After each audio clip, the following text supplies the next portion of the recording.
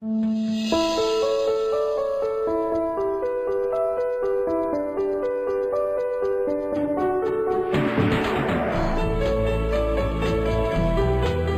for Kids God's Way, a biblical counseling certificate program in child advocacy developed by the American Association of Christian Counselors through Light University. Your ministry is to be a Galatians 6:2 helper. Ours is to equip you with the highest level of advanced training from the world's leading Christian counselors. 24 experts teaming up to create the most comprehensive child studies curriculum for the personal classroom. May the Lord bless your study as you begin caring for kids God's way.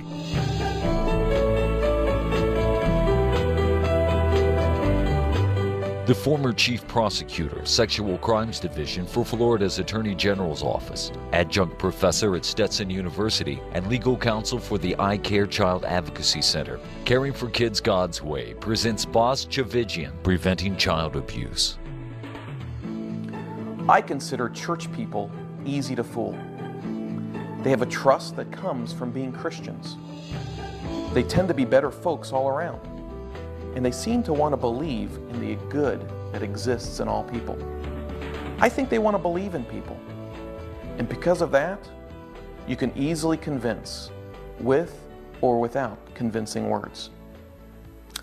Those were the words of an admitted and convicted minister and child molester.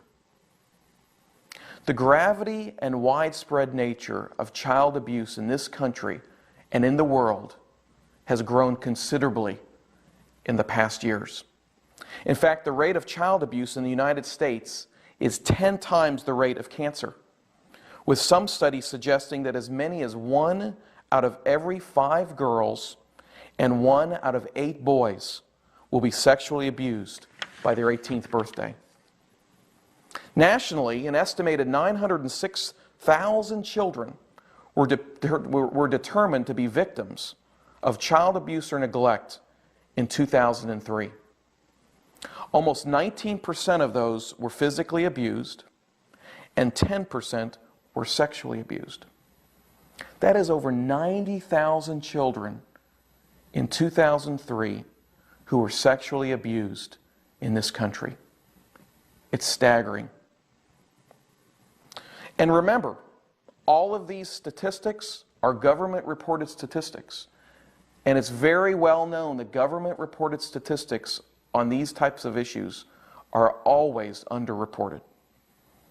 In fact, the Department of Justice recently estimated that on average, there's 1 child molester per square mile in the United States.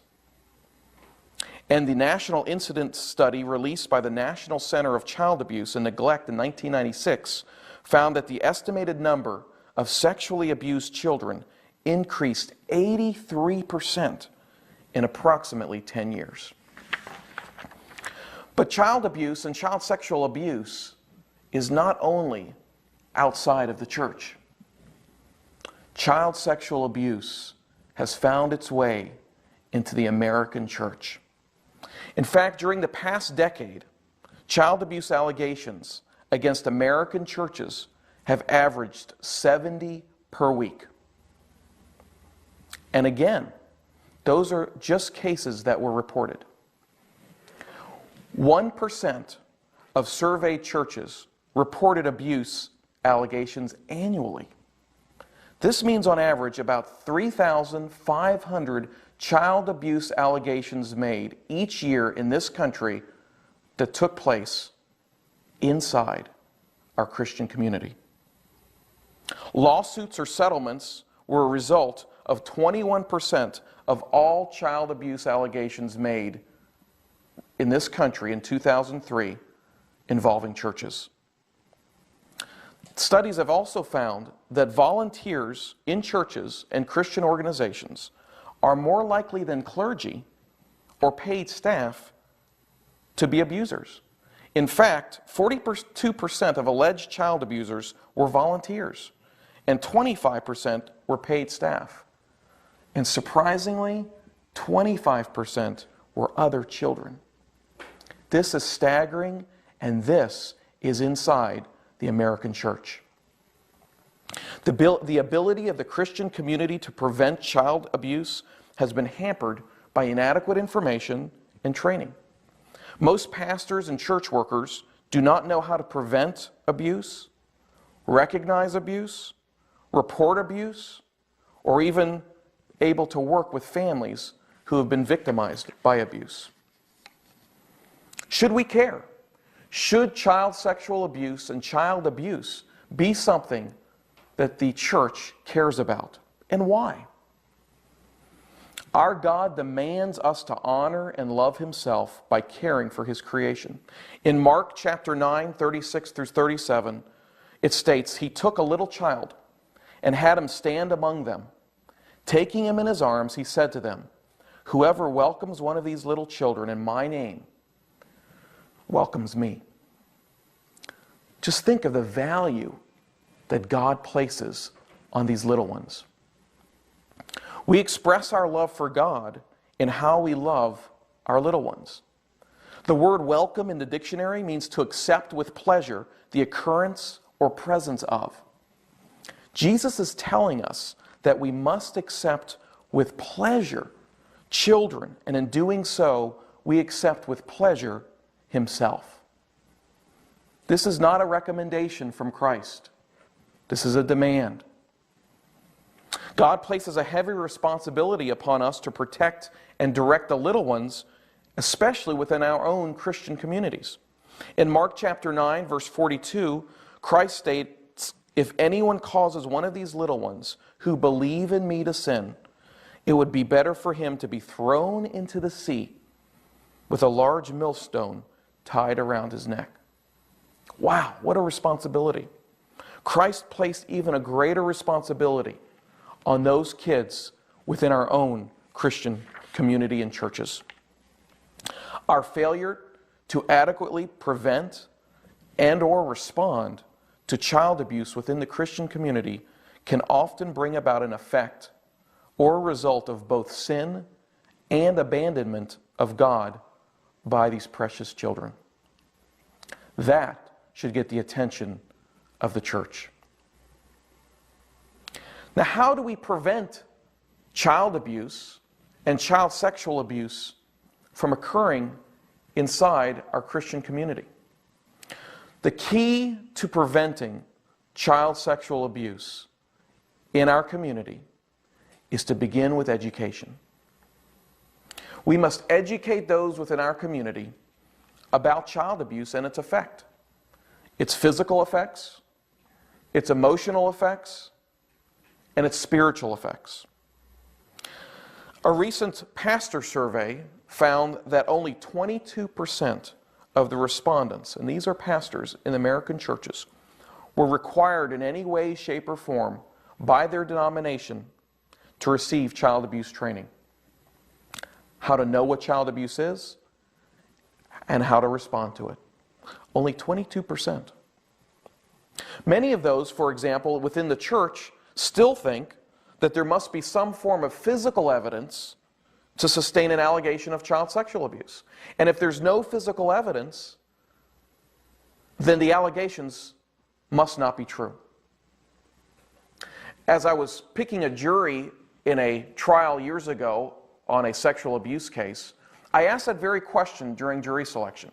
I asked how many of them believed that physical abuse was required in order to prove an allegation of child abuse, child sexual abuse. And many hands went up. And when I responded by saying, what physical evidence would you have when an adult grabs the chest of a little child? What physical evidence would you have when an adult grabs the penis of a young boy? Suddenly hands went down and the eyes got real big and people realized that physical evidence is not required to prove sexual abuse. In fact, in the vast majority of cases, there is no physical evidence. But see, these are still some of the misnomers that exist in society, and they exist all that much more within our Christian community. And so we must educate the Christian community about the truths and the lies that surround child abuse. Many Christian survivors of sexual abuse have questions about why the church failed to take steps to prevent it. I've talked to a number of people who were abused within a Christian community context, either in a youth group or by their pastor or by somebody else in the church. And they long to know why the church didn't prevent that from happening. And they long to know why the church, when they finally disclosed what had happened, walked away from them in disbelief. We must educate the Christian community about child abuse and its ramifications emotionally, physically, and spiritually. Many survivors are afraid to speak to their own pastor or staff because they don't think their pastor will be able to understand what they endured. Often victims have complained to me about unsatisfactory conduct with a Christian pastor who asks hurtful questions in response to disclosures, such as, "Why can't you just forgive and move on?" Again, the Christian community must be educated about child abuse. Not only must we educate the Christian community about child abuse and its ramifications spiritually, emotionally, and physically, but we must also educate the Christian community about how predators think and how predators act. Now, what I am referring to as predators is somebody that sexually abuses children. And for whatever purpose, that is how I am referring to a predator throughout this discussion. First of all, the average predator victimizes between 50 and 150 children before he or she is ever even arrested. Now, those are just the ones that get arrested. That doesn't involve the countless hundreds and thousands of predators that never get arrested, that go to their grave having victimized hundreds and hundreds of children and having never been caught, having destroyed the lives of hundreds and hundreds of children and having never got caught. I created my first victim when I was 13, a female victim. Sally was 6 and I was 13, and I raped and molested her. Sally is my only female victim, my one female victim. I created my first male victim when I was 15, and I have been victimizing male children virtually non-stop until my incarceration. The questioner asks the predator, "How old are you now?" "I'm 33 now, and I've been incarcerated for 3 years. Questioner, "How many total victims do you have?" "Well, I have 11 male rape victims, 1 female rape victim, and I have approximately 1,250 male molestation victims. And I say approximately because I really don't know." That was a predator being interviewed by Dr. Anna Salter in her book, Predators. Over 1,200 male victims of molestation by this one person. And many of those were within the Christian community. We must also educate the Christian community that predators often lead double lives. Listen to this one. I lived a double life. I would do kind and generous things for people. I would give families money that did not have any money, that was not from the church treasury, but from my own bank accounts. I would support them in all the ways that I could. Talk to them, encourage them. I would go to nursing homes, talk with the elderly, pray with the elderly. I would even do community service projects. I'd pick up litter off the side of the road. I would mow lawns for the elderly and the handicapped. I would even go grocery shopping for them. This sounds like an ideal neighbor. This also sounds like an ideal church-going member. Well, this was a church-going member, but he was also an imprisoned pedophile, of admittedly over 95 victims. And not only was he a church member, he was the youngest deacon in his church. Predators live a double life. I want to describe a child molester I know very well. This man was raised by devout Christian parents. As a child, he rarely missed church. Even after he became an adult, he was faithful as a church member. He was a straight-A student in high school and college. He had been married and has a child of his own. He coached Little League baseball. He was a choir director at his church. He never used any illegal drugs. He never had a drink of alcohol. He was considered the clean-cut, all-American boy. Everyone seemed to like him. He was a volunteer in numerous civic community functions. He had a well-paying career job. He was considered well-to-do in society. But from the age of 13 years of age, he sexually molested little boys. He never victimized a stranger. All of his victims were friends. I know this child molester because he is me. Those were the words of a convicted and imprisoned predator. Do you know people like these? The fact is, one cannot detect a predator from his or her looks, from his or her lifestyle, or even his or her actions. Don't be fooled by the double life. We must educate the Christian community about this double life.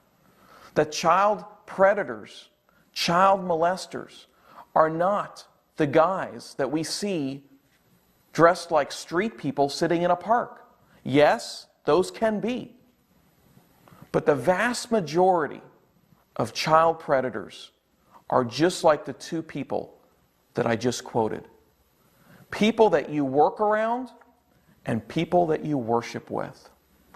Do not be fooled by the double life. We must also educate the Christian community that predators often prey on trusting and vulnerable children. An expert once said, "A common offender is a persuasion predator."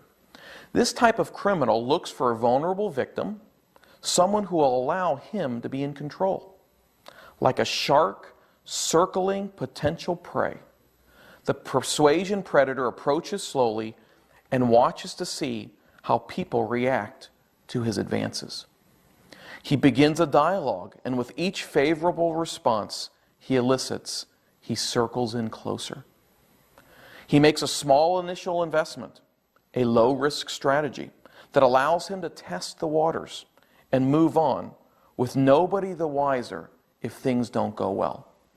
He is a coward, a crafty one, but a coward nonetheless. In her book Predators, Dr. Salter interviewed a predator who had been convicted and was spending the rest of his life in prison. And he made the following comments about his thought process in how he approached children and how he decided which children to approach. He said, as far as the children goes, they are kind of easy. You befriend them, you take them places, you buy them gifts. Now in the process of grooming the child, you win his trust, and I mean the child has that look in his eyes. It's hard to explain. You just have to kind of know that look. You know the look, and you know when you've got that kid. And you know when that kid trusts you. He's asked, at church, you did not molest all children. How would you choose? And he responds by saying this. First of all, you start the grooming process from day one. The children you're interested in. You find a child you might be attracted to. For me, it might be nobody fat. It had to be, a nice-looking child. You maybe look at a kid that doesn't have a father image at home. You start deducting Well, this kid may not have a father, or a father that cares about him. Some kids have fathers, but they're not with them. Say, if you have a group of 25 kids, you might find 9 that are appealing. Then you start looking at their family backgrounds. Then you find out which ones are the most accessible. Then eventually you get it down to the one you think is the easiest target, and that's the one you do. That's frightening. It's chilling, but it's true. We must educate the churches on how these predators think. We must educate the churches in order that they will assist their congregation and honor God by preventing these predators from infiltrating the churches and Christian schools in this country and throughout the world. See, what many people in the Christian community don't realize is that predators will prey on children who nobody will believe if they disclose the abuse. I remember prosecuting a case years ago, and it involved 2 or 3 victims, and all of them had been through the juvenile detention system. All of them had committed minor crimes as youths. And this particular predator had sought these kids out, had befriended them. They all came from very poor family backgrounds. None of them had role models. In fact, the first time they ever had a role model, so they thought, was when they met this particular predator. He befriended them. He gave them money. He brought them gifts. He brought them to concerts. These kids, for the first time, thought that they had met an adult that truly cared for them. And when, after a number of years, one of these children finally said something about what was going on, the first response out of the predator's mouth was, "Who would believe a child such as this? Who would believe a child who has had such a troubled past?" And for many years, that child was not believed. I remember not long after that trying another case of a predator who had been abusing children for many years.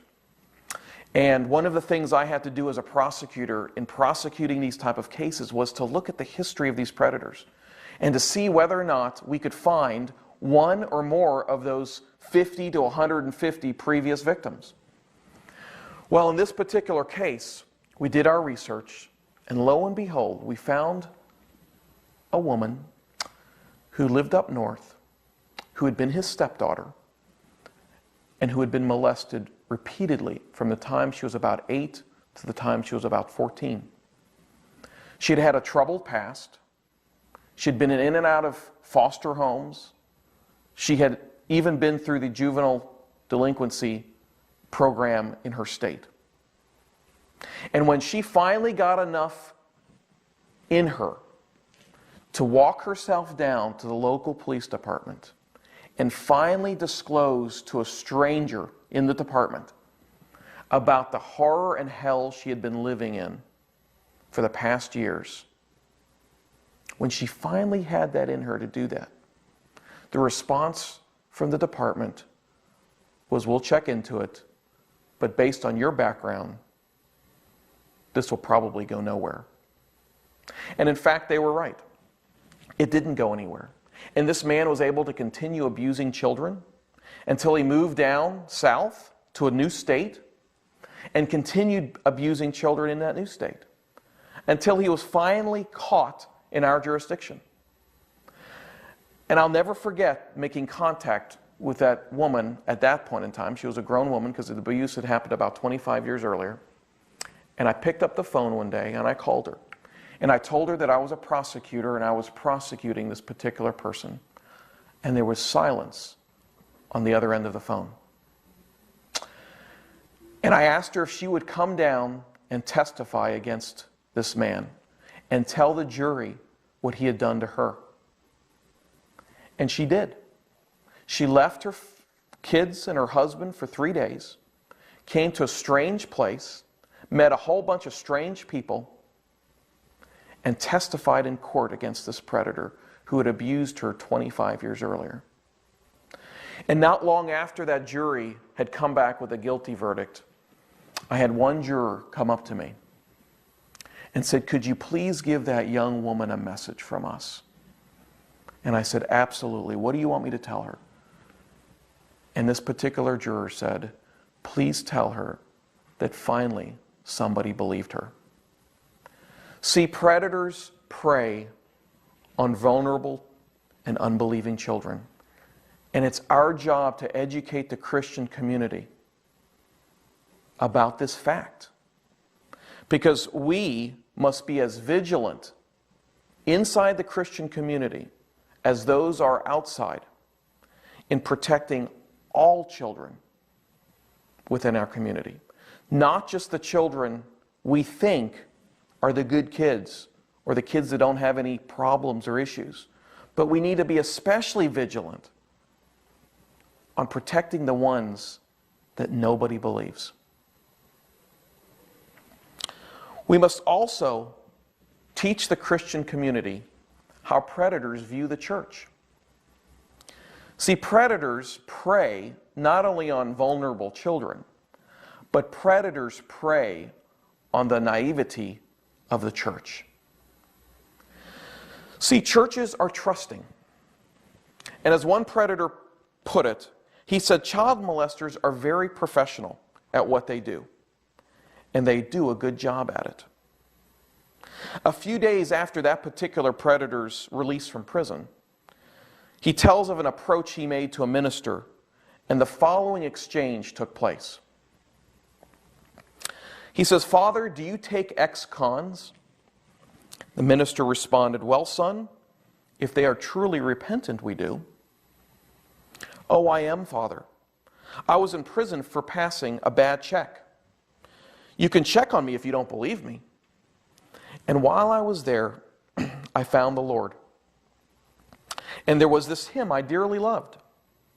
And I knew it would be a sign from God. Whatever church was playing that hymn, that was the church for me.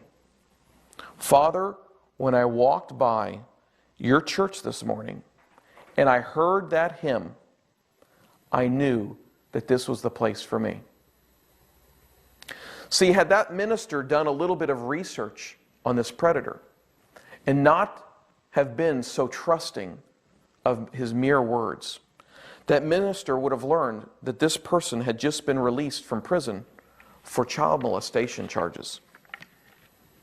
Instead, this particular predator was allowed to take over the children's choir at the church and victimize more children.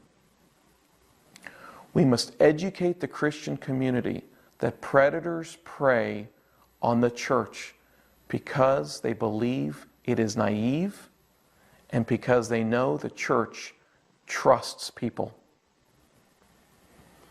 Churches are also preyed on because they are always in need of volunteers.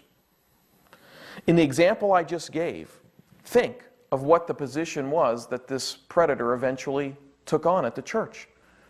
It was the choir director, a position needed within the church. How many churches can you think of that are not in need of volunteers, especially volunteers dealing with kids? A lot of people don't want to deal with kids. They're either impatient with them or they felt like they've given their time to children and they want to move on and volunteer to something else in the church. It's a dire need in our churches for the congregation members to be volunteering in various aspects of ministry. I mean, how many times have you dropped off your child at the church nursery and had a different person and give your child to a different person? Do you know that person? Have you met them before? Have they ever seen you before? But we're handing our most precious gift to a complete stranger. Those nursery volunteers are just that. They're volunteers. These are positions that are in need in our churches. And these are positions that predators seek after. See, predators will always use these needs to gain the advantage and gain the access to our children.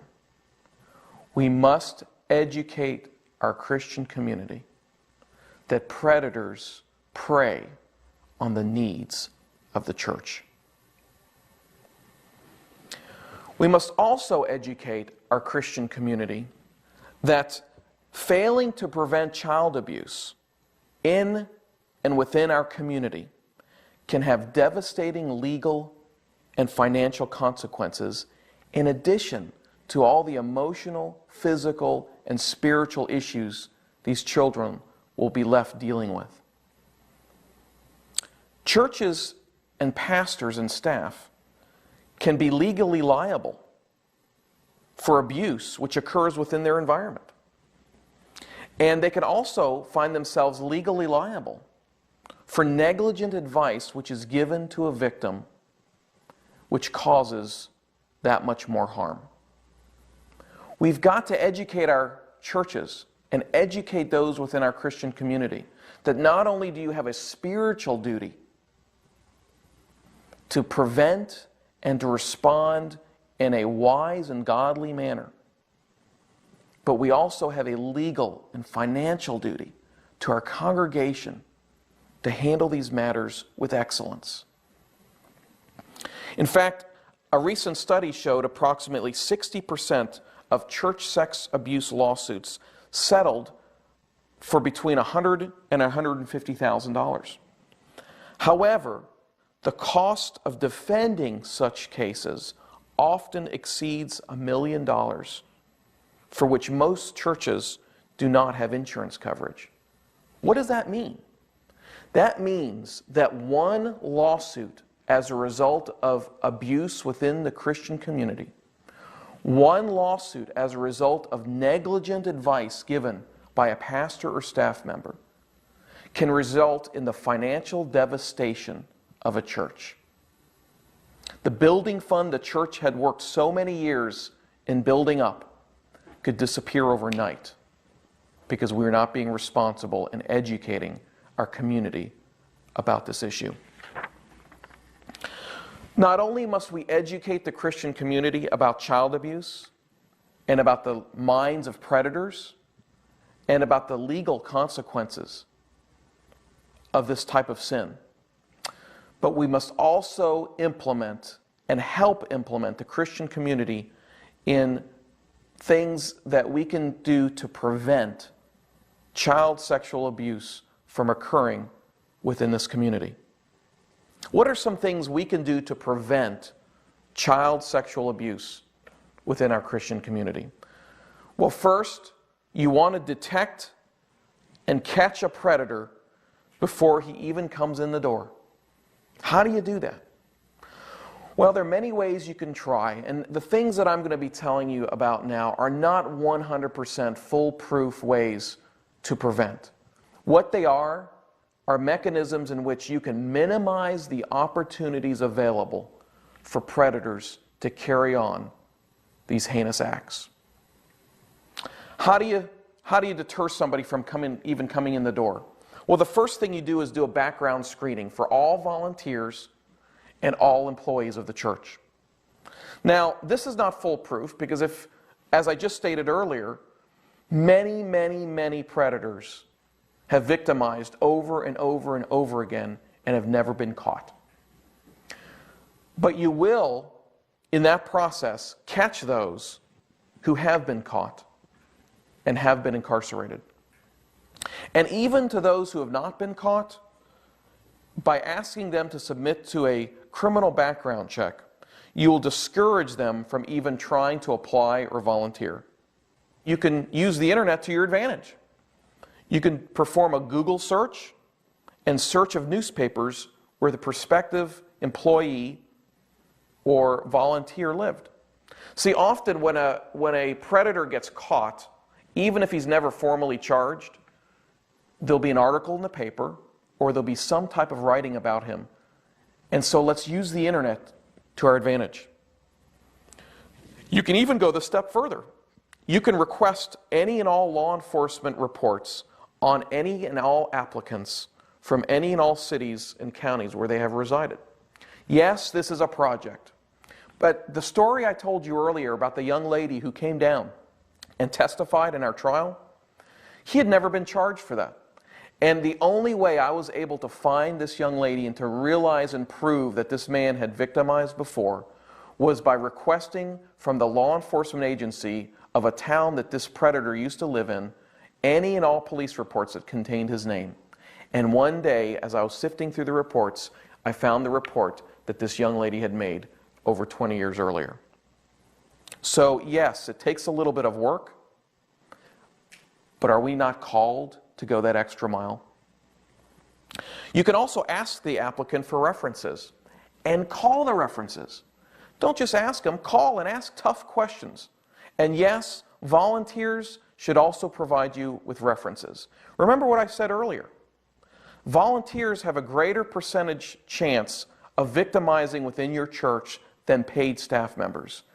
Get references for your volunteers.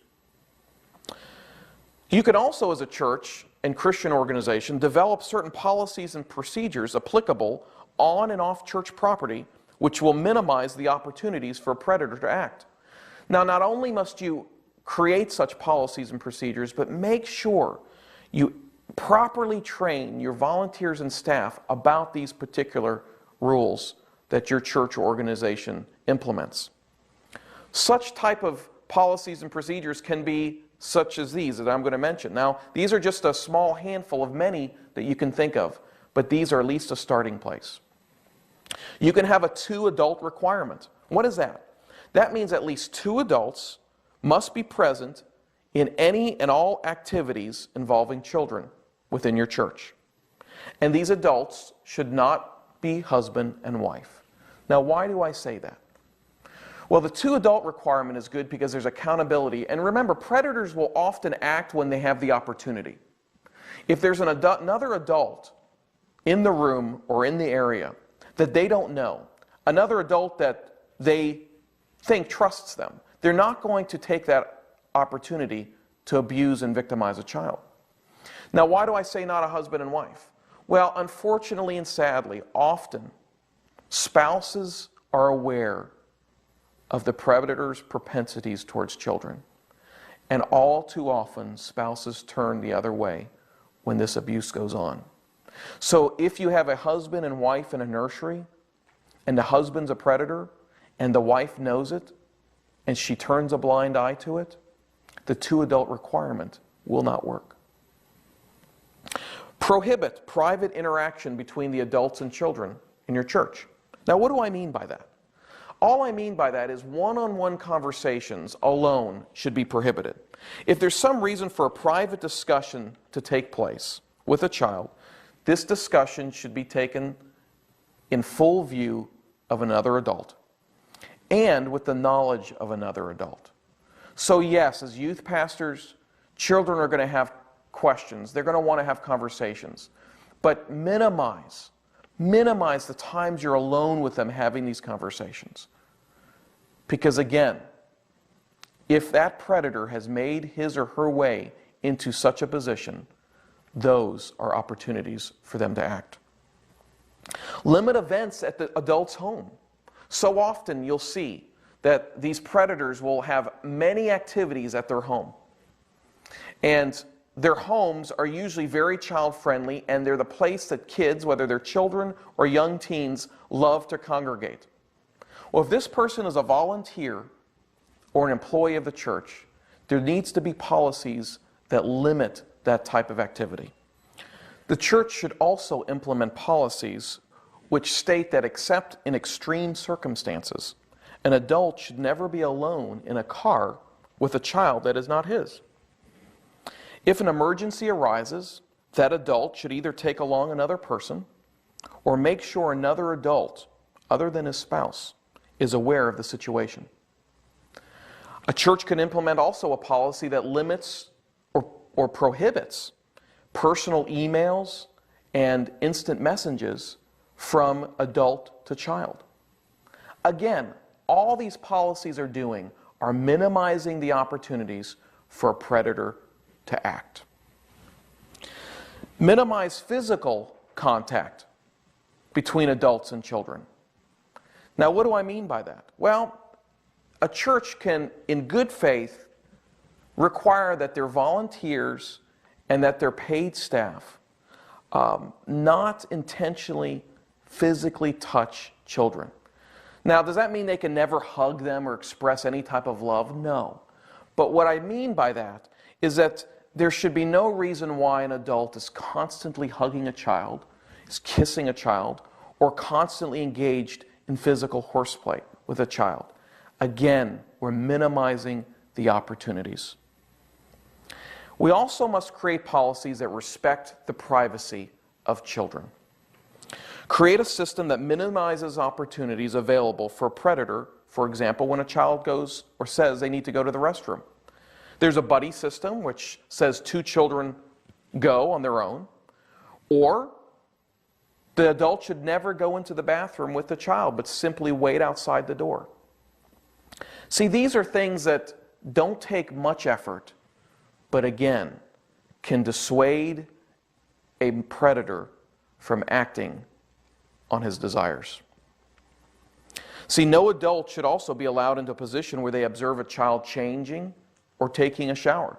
Now, these usually in a church context happen during retreats or conferences. These rules should be implemented consistently. See, adults should also, during conferences and retreats, it's a good idea for adults not to sleep in the same room as children. Sleeping in the same room with children allows the predator a tremendous window of opportunity to victimize. Again, we want to teach our churches to minimize the opportunities. Now, in putting together such policies and procedures, do not hesitate in getting assistance from professionals, because the professionals know these issues far greater than the layperson. And there are many Christian professionals who are out there who would be more than happy to assist. What else can a church do to prevent these situations from occurring in their environment? Well, create an environment where kids feel safe and parents are educated. Offer personal safety classes for the youth. Now, this is not a sex education course. This is a course that teaches the younger kids that the parts of their body covered by a bathing suit are not supposed to be touched. This is a program that would teach the older kids, the youth in the church, ways to guard against becoming victims of predators. In fact, this program would teach these youths the ways predators think and act. This is a program that would teach all kids, whether they're young or old, the difference between sinning and being a victim of sin. A young 13-year-old girl told a prosecutor friend of mine many years ago that she had kept the secret of her abuse for 8 years because the only thing she knew about sex outside of marriage was that it was sinful. We must teach our children. And lastly, and probably most importantly, this is a program that must teach all youth, whether they're young or old, what to do if they become a victim. We must not only educate our youth through personal safety classes, but we must also educate the parents of our youth about sexual abuse and the sexual activity of predators. We must teach parents the mind of a predator so that they can be more in tune with the various interactions their kids are having with adults. We must teach them internet safety. We must teach them that a recent survey showed that 20% of all children between 10 and 17 years of age have been sexually solicited by an adult online. And we must also provide guidance to parents in teaching their children personal safety issues.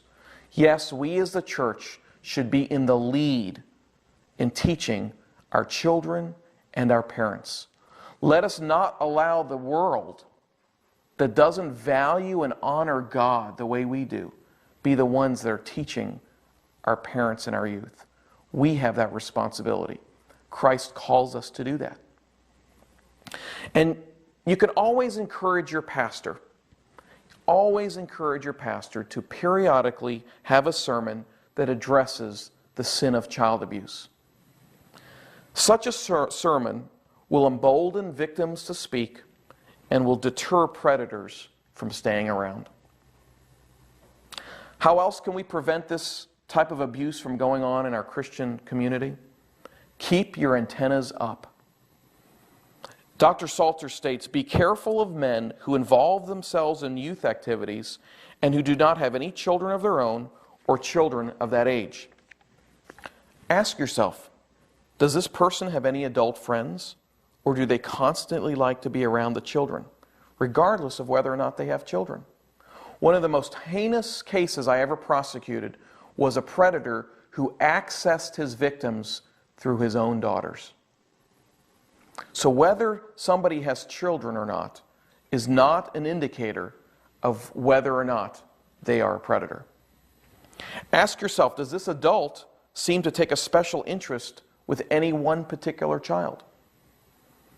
Are they always kidding around with one particular child? Always talking to one particular child? Always giving gifts to one particular child? Keep your antennas up.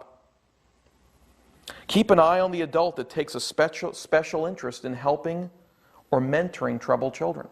There is nothing wrong with helping and mentoring troubled children. Troubled children need love and mentoring more than anybody else. All I'm saying is keep your antennas up.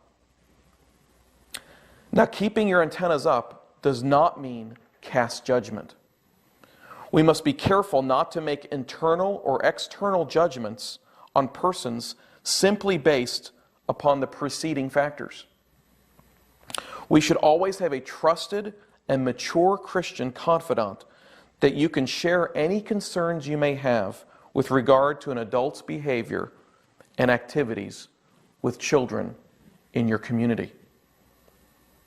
And lastly, but most importantly, be in persistent prayer that God will give you much discernment and wisdom with these concerns. Now, these are just some ways that the Christian community can take in preventing abuse within the church and within our community. There are many other ways, but this is just a start. In conclusion, I have to ask, what is the role of the church when we learn about the prevalence of sexual abuse in and outside of our Christian community?